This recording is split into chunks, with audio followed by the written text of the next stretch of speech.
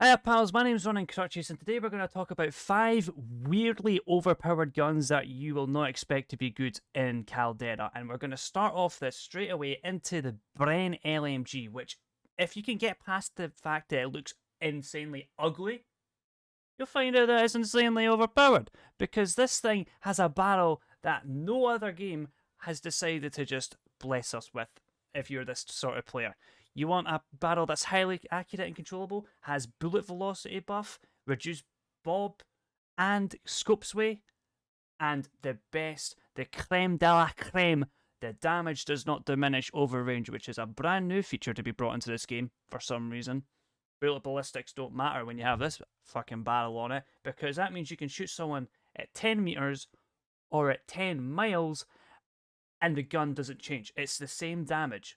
Which means if you build this to be an absolute laser, like you can by just buffing the initial recoil on it and just turn this into a tap, tap, tap, tap DMR laser, there's no stopping you. Because not only can you just build around this barrel to your benefit by doing that, you can also turn the gun to single fire, and for some reason that just makes it even more accurate. So if you want a DMR with 100 bullets that has no damage drop off and no recoil, this will be the gun that I'll be using on the release, which I'll be streaming on the 8th if you want to come by. Moving on to the second gun, which is going to be the PPSH 41, and this is the Vanguard version of it, not the Cold War version. The Vanguard version has an insanely faster fire rate.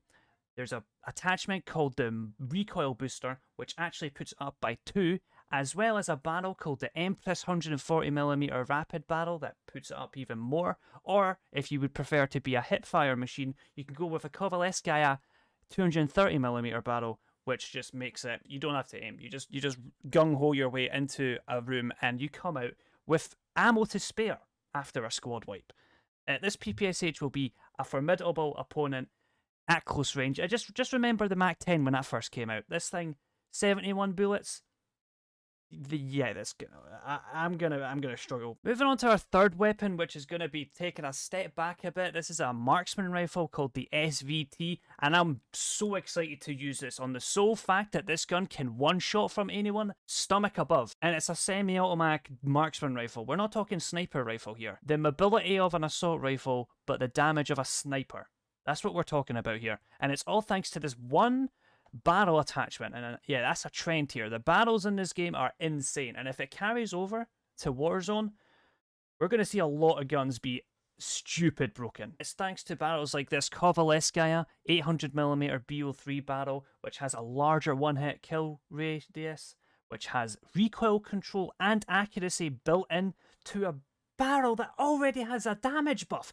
Usually you had to sacrifice some damage for accuracy or accuracy for damage. This thing has accuracy and damage in the same barrel, and all it does is put down your fucking ADS speed. Like, so what? You're using a DMR. It doesn't matter about ADS speed, especially that you can build it like this right here, which maximizes ADS speed. You really, it speaks for itself. Now, you might think we're done with shooting people far away, but we're going even further back, and we're talking about the Mosin Nagant, or in this game, it's called the 3-line rifle. And this 3-line rifle build could be quite possibly the most busted sniper I've ever seen in Call of Duty history. Like the SVT, we have a barrel that increases the one-hit kill area, okay? It gives it a larger one-hit kill area. It puts up the accuracy as well, and bullet velocity, which means your bullet can hit the target as fast as possible. Yes, it does put down the ADS speed, but like I say, in this game, you have 10 attachments. You have all these other ways that you can increase your ADS speed, so the one attachment that you actually want to be good can be amazing. But if you want to build this like a HDR, Season 1, Modern Warfare, remember how brutal that was? Well, let me show you the 30-06 20-round mag. This thing puts up bullet velocity, range, reload quickness, damage, penetration, all at a cost of basically 1 ADS speed, which you can just get straight back if you put on a fabric grip, or if you put on the Zach custom stock, you'll get that back, or even the Mark IV Sentinel underbarrel, which all puts up your ADS speed over the base limit. So it's going to be insane to see how this gun will be acting as a one-shot maybe chest above. But this thing is hiding something that everyone's going to hate. And I promise you, more than the damage, more than the one shot, this thing will get on everyone's nerves because it's a core